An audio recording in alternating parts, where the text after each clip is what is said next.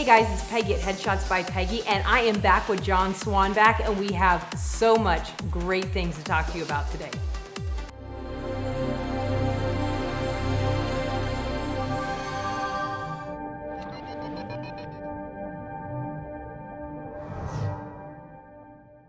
All right. Here we are. Here we are again. I love that you come in for a monthly segment now. This is like one of the coolest parts of my vlog now. It's one of the coolest parts of my month. I love it. Yay. And now, and anyone who follows me on social media, Follow me too. follow her too. They know that I'm here every month, and they're like, "When are you going to do Peggy's podcast again?" And if I announce it's coming out, they're like, "Oh, great! We can't wait to see it." Yeah, first Thursday of every month. Just set your calendar. Well, just watch my vlogs every week, and you won't miss him. There we go. Great That's a better plug for myself. That's right. Then That's you won't great. miss it. So, what are we going to talk about today? Well, since we're doing camera tips for actors, I brought some of the camera tips that I'm publishing this week. Every week I publish, I think of it as I publish a weekly newspaper, and every day I publish a different tip or a different technique, camera tip, camera technique, very short video, and so I brought some of the ones that I'm publishing this week, and I thought I'd share them. Awesome. With your I audience love today. your little tips. Thank you. Sometimes they go way over my head, and I have to discuss them with Mary. I'm like, what does this mean? But it brings out conversation, and it brings out thought, and I love them. Well, that's what I'm trying to do, is I'm trying to provoke cinematic conversation and provoke camera conversation. And it's sometimes some people will say to me, "I love your tips. I don't understand some of them, but I love them." But what's fun is when you read something and you like kind of mull it around, talk about it, and then like 3-4 days later or a week later, something will happen and you'll go like, "That's what John meant." But I do have a lot of people, and I'm really happy with this. I have a lot of people who will check in every day because I try to communicate my ideas, my camera insights or techniques or tips in very easy, quick to digest ways, so that you can get it in a few seconds and apply it very quickly. And I have people regularly throughout the week say, "I just nailed an audition because of the tip you posted this morning," or "I have an audition tomorrow and I'm going to bring this into the room," or "I shot this weekend and that really made my footage great." And that, I believe it. That really makes me feel great. Yeah. Because that's a lot of what I'm trying to do. I do teach, but I'm really trying to communicate cinematic ideas to the world, to actors and directors all over the planet. Yeah. And sometimes people will read something I've written or hear me say something, and they bristle because they think it's counter to the actor's process, and it's actually quite the opposite. I'm just communicating cinematic ideas that make the actor's process work on camera, because it was not designed to work on camera. They've never heard in any acting class, I'm willing to bet, these 7 words, and here's why it works on camera. Because it's not designed to work on camera. It's designed as a process to create wonderful raw material and get actors in touch with their emotions. But it was not designed to create a film take or a movie take or to make somebody look like they belong on camera. It wasn't designed that way. What they believe, a lot of actors, is that a director is going to come along and supply the cinematic part of the conversation or the camera part of the conversation, and that's not going to happen. Directors are going to hire people who already look like they understand the art form. And I realized in the digital age that because everybody can now do something on camera tomorrow, and it can be up online, Wednesday, whatever day of the week it is. I don't know what day they're watching this, Thursday. It could be up on Monday. None of us have to rise through the ranks to learn from people who came before us what makes a take work on camera. And so in the digital age, that's really when I started to do what I do, because I'm trying to communicate to actors and filmmakers all over the planet here are the things, here are the sort of here's the director thinking, here's the camera thinking you can apply to your wonderful process so that everybody thinks you're already a natural or you already have a lot of experience, to make it look like you already know how to create a movie take, because that's what's going to get hired today. Absolutely. In today's world, everything's working so fast, budgets are really tight. Nobody has time to find an actor and then make them look like they belong on camera. It's not their job. Right. And which is, why a lot of times they'll go with somebody who has experience, or you either have to have experience or you're a natural. And what I have tried to do, what I do is communicate ideas so that people look like they have a lot of experience or they look like they're a natural. And it's just changing the elements of the actor process, just rearranging them. It's actually the thinking is very complementary to the actor's process. Right, because you always have to be thinking about how does this come across on the camera. So that's absolutely awesome. It's the art form. So I brought some tips. Awesome, let's go. These are the tips I'm publishing this week. I published this one last night. Don't argue against the character with whom you have a relationship. Argue for the relationship you have with the other character. On camera, the actor who plays a positive choice while engaged in negative conflict is the one that captures the audience's heart and creates cinematic power on camera. And scenes are written as conflict. The writer creates the conflict. The writer creates the negative, which is you and I are arguing against each other.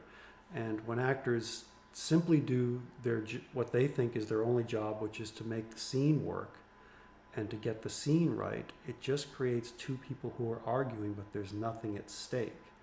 And what the audience wants to follow, what the camera wants to follow, what's going to make them look more castable is somebody who the audience and the camera can see is fighting for something while they're engaged in negative conflict. It's very easy to just get sucked into the negative conflict. And the stakes are very low when you do that. So if the actor can bring a positive choice, get the conflict right, get the scene right, get all of that right, but then if you can bring a positive to the negative, you'll look like you belong in a movie. The audience will want to follow you. You'll break our hearts because nobody wants to follow somebody who's just complaining. Right. And that's the plot. The conflict is the plot, but the story is the why. It's humanity behind the story. And so anytime there's two people arguing, you want to, or they're angry at each other, you want to bring a layer of hope. Or a layer of love, or a layer of something that is striving to get through the darkness. Otherwise, it becomes very uninteresting very quickly. Right. It's just not very engaging. Right. Merrick and I just watched Dirty John on Netflix. A friend of ours says, "Oh, you got to watch this," and it was a very negative, conflict, But Connie Britton, of course, I think she's pretty amazing. She's great. But she, now that you say that, I can see that because, yes, she was bringing the humanity into it. The why am I giving you another chance? Why do I, I love you. I need to, see, he was I don't know if anybody's watched it or not, but he was a monster, an absolute monster. But instead of just watching it well, she's just an idiot, he's a monster, bottom line. No, you were engaged in the entire series because, it showed the humanity behind that. She always conflict. Does that. She always creates that. She's really great. I think that's one of the reasons why she's a star and why stars are stars. She always is struggling with the humanity behind the conflict. Yeah. Which makes her more watchable, which makes us want to engage. It makes the audience identify with her more because we're all like that. Right. Ideally, when we're in any kind of an argument, we're really striving for something better out of that argument. Here's an example I like to use, and I don't know if it'll come across, but hopefully my acting is good enough, not as good as yours, but hopefully it's good enough that I can pull off this example. The line in the script is, "I hate you, I really, really hate you." And somebody can read it like, "I hate you, I really, really hate you." And that's just the negative. Or they can read it like, "I hate you, I really, really hate you." And all I Uh-huh. did was, in the second reading, was communicate, I love you so much, look at what you've driven me to. Right. And the first one is it might be visceral at first Right. when somebody just plays anger and argument, but it's within seconds we're going to dismiss it. Uh-huh. Like you said, with Dirty John, if Right. she had just given into the conflict, the audience wouldn't watch. Right. We would not We continue wouldn't have wanted to watching. watch it. We will check out. Right. Nobody wants to follow somebody who's just getting sucked into the negative. So the writer creates the negative, and their job is to get the scene right Uh-huh. and deliver what the writer wanted. But their job is also then to create, like a film artist, and bring the humanity, something Humanity back positive into it. to the negative. Yeah. Raises the stakes, makes the audience want to stay with the story, makes Yeah. them look like they belong on camera. Right. That's great. That's great. All right. Let's go to the next So one. these I brought in 4, and these are the Uh-huh. ones I'm publishing this week, and there are 2 ways to approach a piece of material to create what I call cinematic power on camera. And one way is the way you create the scene, which will Uh-huh. immediately appeal to them, because that's really what actors are all about, is the scene. And the other one is ways to create character. And character, the way filmmakers think about character, and the way the camera thinks about character, which is not fake, Uh-huh. which is not, it's just a genuine, specific version of you. So the second tip, and this they can apply to scenes, the scene is a conflict you have with the other character. The conflict that interests the camera is the conflict you have with yourself. And again, the writer writes Uh-huh. conflict between 2 human beings, but what makes human beings human and more real is the inner conflict, the inner turmoil we have when we're in the middle of a conflict. So if you and I are having an argument, it's all of the things I feel about myself and Right. my life while I'm having the argument with Mhm. you that the camera finds interesting. This wouldn't work on stage Uh-huh. because the audience isn't a camera, and the camera can read your heart, your mind, and your soul. It can see inside of the human being, and that's a big part of the equation Mhm. that actors don't create. They're so good at creating the scene, but they don't create what's going on inside of the human being. Right. They create what the situation that Uh-huh. the human being or the character, the character's engaged in. Right. But what makes you real on camera, because it's more human, is the things that are going on inside. None of us ever have an argument where we're completely satisfied with the way it's going, and we're very happy about it, and we always leave the argument still all riled up. Right. If only I'd said this, if only I'd said this, it made me think about this, it made me regret this, it made me feel this, it made me feel that. That's all of the things that the camera loves, that Uh-huh. just creating the conflict that's on the page is not going to create. So get the scene right, get the conflict that the writer wrote right, Uh-huh. do that part of your job. But then if you're a real camera artist and you really want to look castable and you really want to look like you belong Uh-huh. in the kind of work you want to do, you're going to bring the human being to Uh-huh. the material. That's your job. Exactly. The writer creates the story and the situation and the relationship and the conflict and gives you the words, but they're going to hire you if you create the human being who's inside of that. Exactly. So if you create the inner conflict, Uh-huh. that the camera's going to find more interesting. You'll look more like you're a natural. You'll look like you belong on camera. Right. Absolutely. So those are the 2 ways, I think.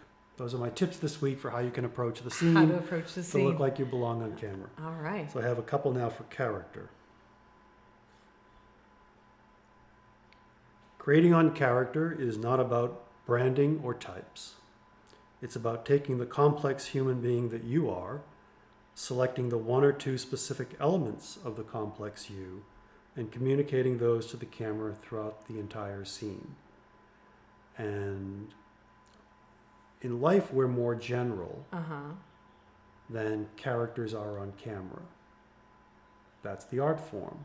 And you, I'm sure, notice this with headshot photography. Uh-huh. If you just come to your headshot and you're being a neutral version of you, you're not going to look like you belong in a movie. You're not going to look like you No. belong on camera. You're not communicating that you understand the art form. It's just very general and neutral, and someone's going to flip right past your headshot. And it's the same with creating on camera. You choose 1 or 2, 3 tops, because it's 3-dimensional, specific characteristics or qualities or attributes, and you sustain those throughout the take while you're being real and creating a lot of moments and connecting with the material, and you have all this wonderful stuff going on underneath. picking one or two, just a couple of specific attributes or qualities about yourself and highlighting those throughout the entire take creates a character the way the world sees character, the way the camera sees character, the way the filmmakers think about character. And then their wonderful process will come along and work within that character and create all of the things that they like to think about and that they like to talk about. And I'm sure it's the same with headshots. Absolutely. I'm going to run with that because, you know, when I have a client, you know, call me and make an appointment, I send them a questionnaire and I say, you know, Great. What types are you a fit for? Now, what types are we going to accomplish in this session? And what, you know, write down, what did you like about your last headshot session? What, you know, tell me about what works for you and who you are. And sometimes even though I do this vlog and, you know, talk about this, and even though, you know, I send out the questionnaire, I still have people show up for the day of the appointment and hand me their questionnaire and it says, what are we going to accomplish today? Great headshots. Okay, so how do you suppose we're going to do that? You know, because I'm always me, you know, and a lot of clients come in, oh, I just want to be natural. Well, what does that mean? Because the way I am with you is not the way I am with Merrick. It's not the way I am with my kids. It's not the way I am with my clients. Right. Like, you know, I'm always me. I'm always being naturally me, but there's different aspects and different angles and different parts of me that come out when I'm in the studio or when I'm with my kids or when, you know, there's a different part of that comes out. And I think that's what you're talking about is find all the different angles. Don't just, you know, because as a human, it's easy to read a script and just be that. But if you want to come across on camera, you have to think, did they have coffee this morning? Like what did they, you know, how did they leave the house? Like kind of build that up so it can come across. And it's the same way with headshots. Yeah. Okay. Well, I want a good attorney headshot. Okay. Tell me about your practice. What kind of attorney are you? Did you just get out of law school? Wait, I don't just put on a suit.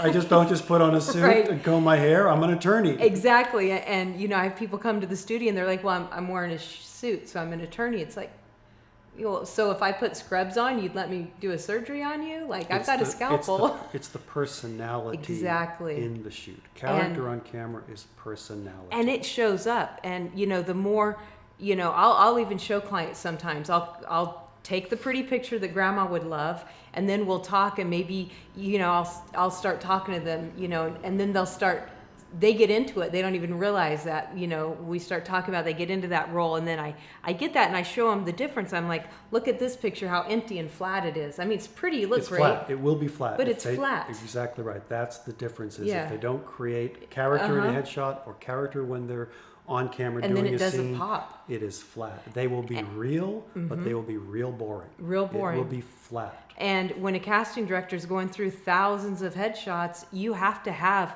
hey, I've got it. You know, in your eye, be that personality. Some kind of a character. It reminds me when you said that you get the questionnaire back and you say, what's the goal today? And you said, a really great headshot.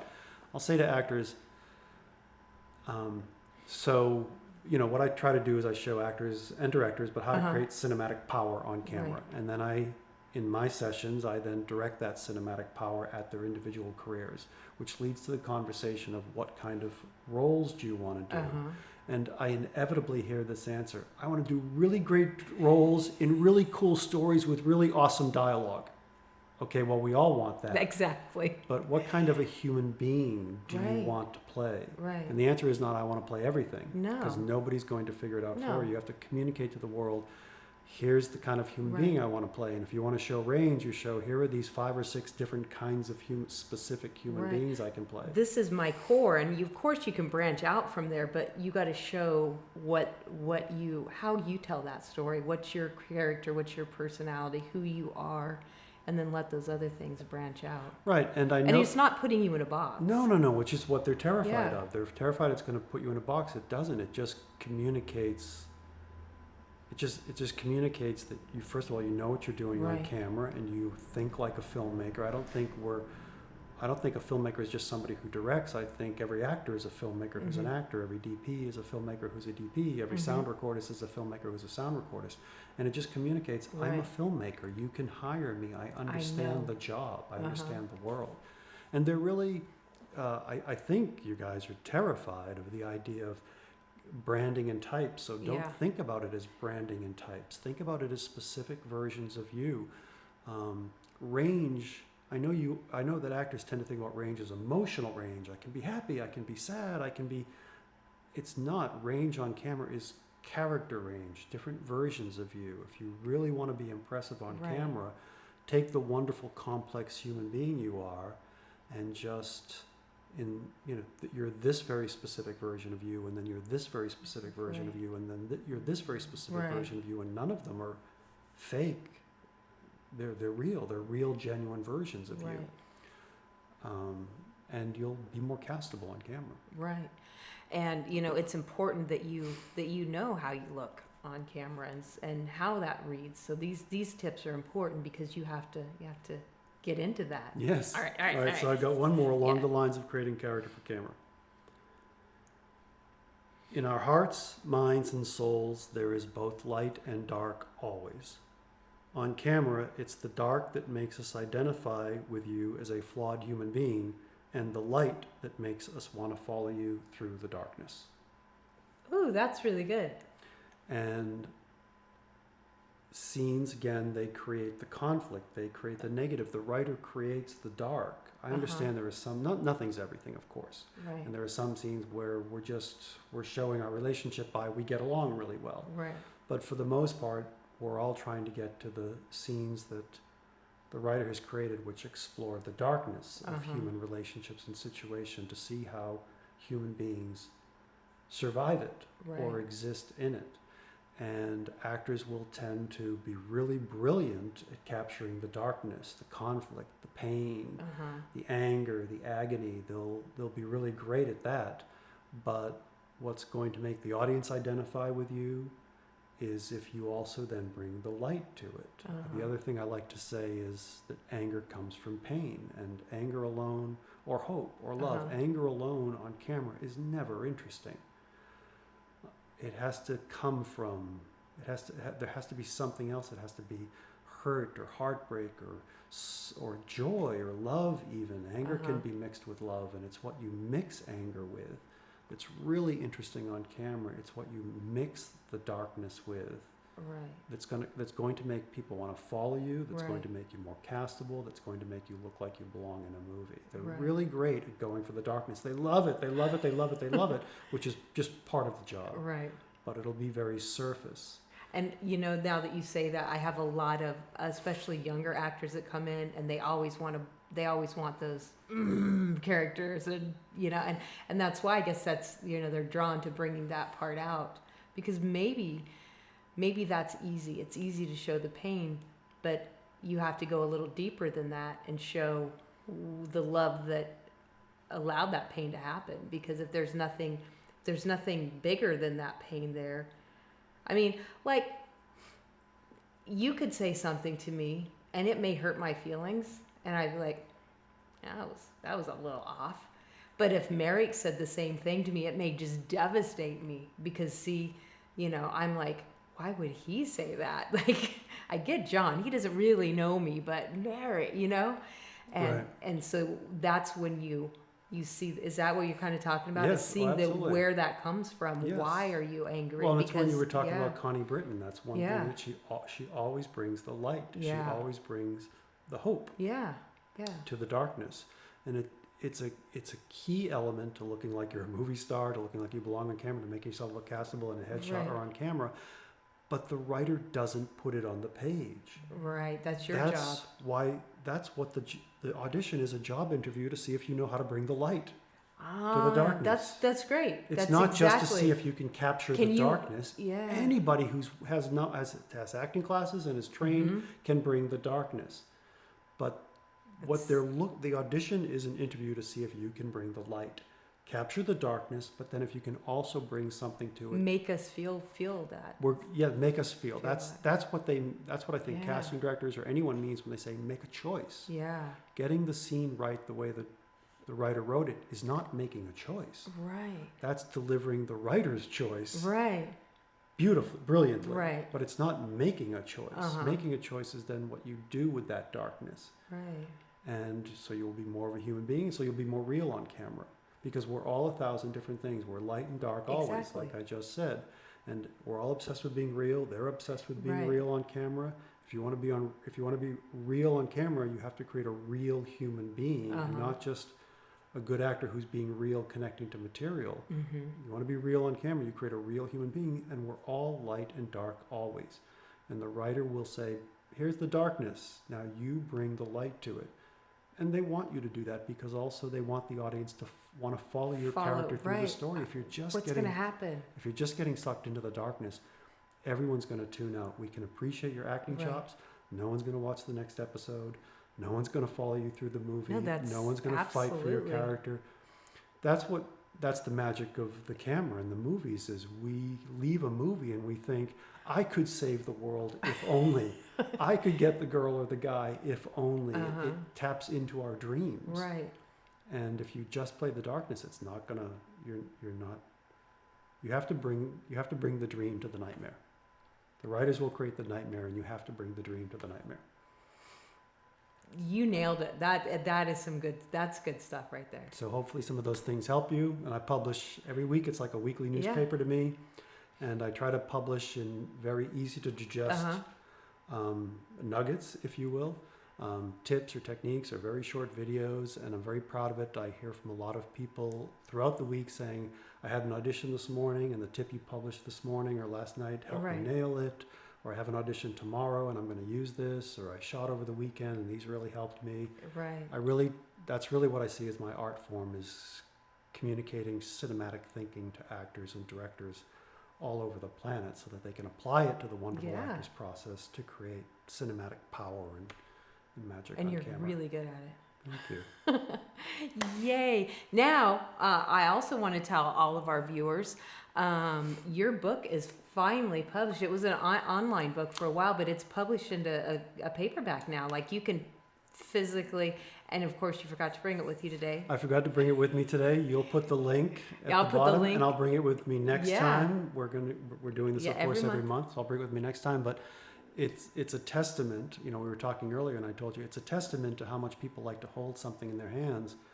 In the first month the paperback has been out, it has sold more copies than the digital in 1 month than the digital did in the previous year. Wow. And people just they love to hold it in their hand. It's got lots of column space so you can write notes. Well, it's a playbook. You need It's a playbook. to get your highlighter and a pen and It's a playbook it's a book you can use, Right. not just a book you read. Exactly. That's the way I put it. And it's a playbook of techniques Mm-hmm. to create movie-like takes and cinematic power in auditions, or on set, quickly and vividly. It's designed so you can put it in your pocket, you can put it in your carry bag. I'll bring a copy with me next month. Yay! I am very proud of it. It's going really well. That's People really responding to it. So if you're new and you haven't started following him yet, make sure you follow him. I'll have all of his links below. Make sure you follow me all over social media as well. Leave me comments. Comment on this. Tell us what you want to hear more of. We're absolutely open to That comments. would be great. Yeah. Absolutely. If anyone you want us to talk, you want us Yeah. to talk more about this, you want me to talk more about that, we would love that. Absolutely. So I won't run out of anything to say. I'll always have things to say. we're really good at talking, both of us. We can talk. But if you have any ideas, that would be a fantastic. Yeah, We'd absolutely. We'd love to respond that way too. That'd be great. And share the heck out of this. Just hit the little share button and share it with everyone that you know would get something out of this. Because Spread the word, share the power, quote the source. Look at that. Spread the word, share the power. I like that. All right, guys. So have a great week, and we'll see you next week. I'll see you next week. He'll see you next month. Looking forward to it. Bye.